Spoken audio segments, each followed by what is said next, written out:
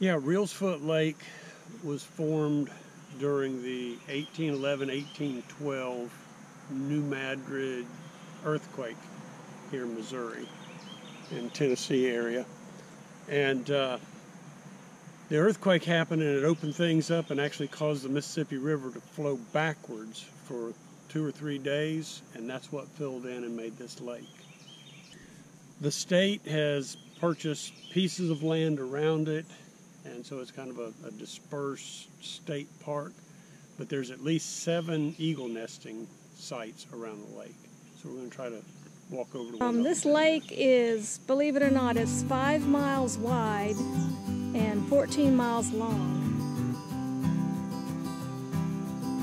And from talking to some of the people that we've talked to, a lot of good fishing. If you're from Florida, they do a lot of speck fishing here in the wintertime. They call them crappie. Or fall, but if you're from here, it's crappie fishing. And right now there's also largemouth bass, and right now one of our neighboring campers said he was here after catfish.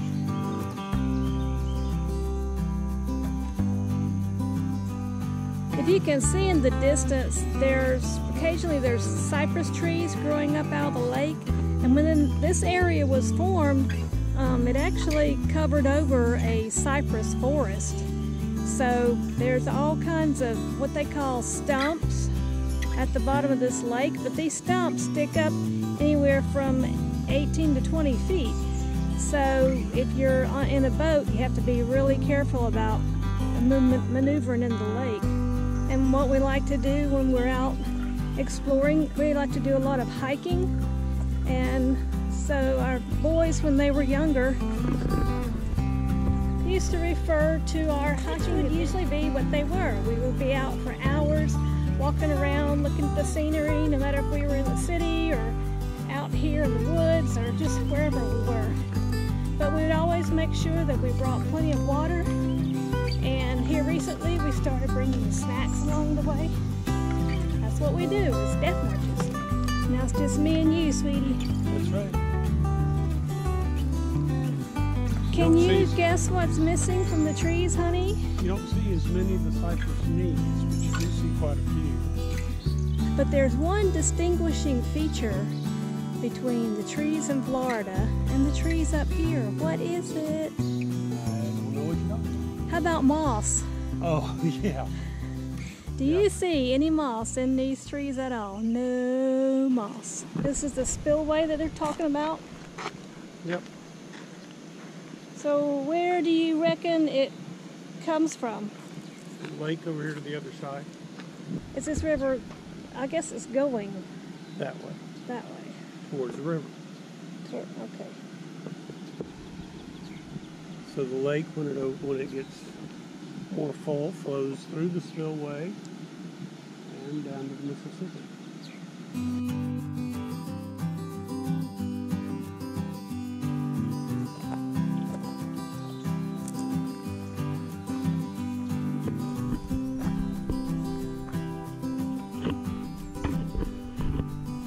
Hey y'all, we're here today in the little town of Samburg, Tennessee.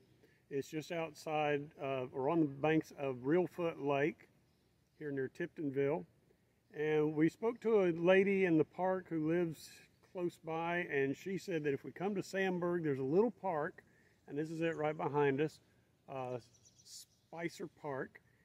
And it's just a little small park, but from the boardwalks that they have out there, or the observation towers, you can see at least 2 eagles' nests out in the middle of the lake in the tops of some cypress trees, and we could get a picture of at least one of the eagles in the nest.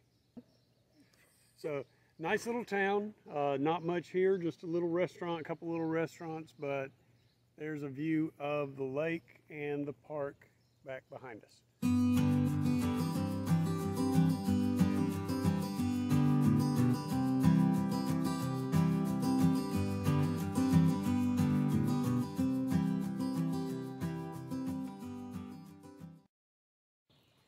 At another section of Reelfoot Lake State Park. We've actually gone up and down the highway at the different areas and looking at it. This area happens to be the visitor center, They have a lot of displays as far as natural history of the area. There's some eagles outside in the cage as long with other birds. But we took a walk out on the boardwalk that comes out to the lake itself, and just about everywhere you turn is beautiful, picturesque scenery. And as Sarah said, there's eagle's nests here. Everywhere you look, there's cypress trees. We pan back this way a little bit, you see the cypress trees behind us. The boardwalk goes back behind us. Is about a quarter-mile long walk, not too much. And then back behind us here, and it may be a little bit difficult to see, and that copse of trees right there over Sarah's head, that's the eagle's nest, or one of them. They said in one of the displays that they have 60 pairs. No, there's 40 adult pairs of eagles that live in this area, and some of them are bald eagles, some of them are golden eagles, but this area is just has an abundance of wildlife, and it's a big fishing area.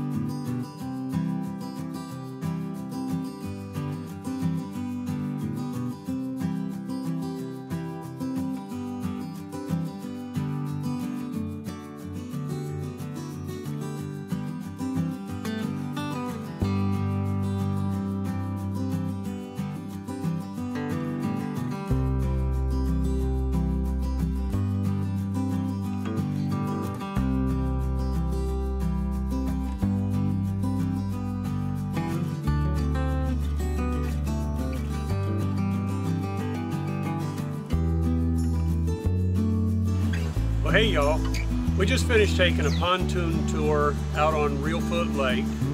The pontoon tours are done by the State Park Service here at Reelfoot State Park, and our tour guide Nick did a really great job. Some of the things that we got to see were bald eagles, ospreys. This time of year the ospreys have chicks on their nests. Some of them are about ready to fledge and fly off, and it's really a nice tour. I talked about the history of the lake, talked about the ecology of the lake. We saw several duck blinds and other things that are sponsored by the National Wildlife Service out here on the lake.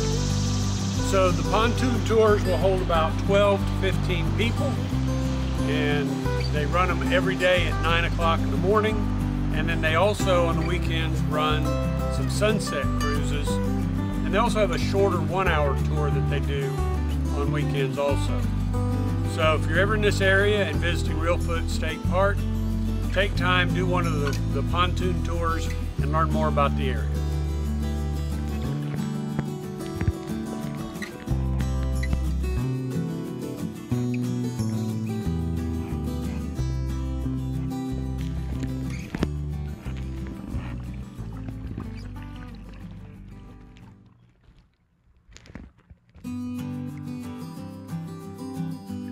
And there's our sun.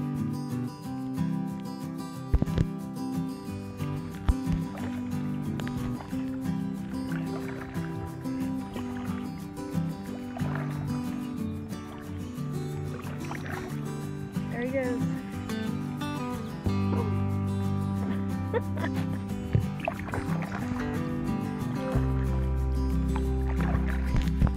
Anybody ever seen a tree eating a sun?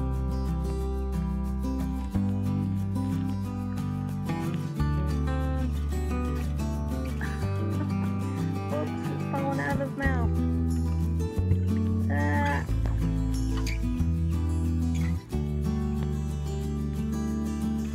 Nope, I think you gotta go out more.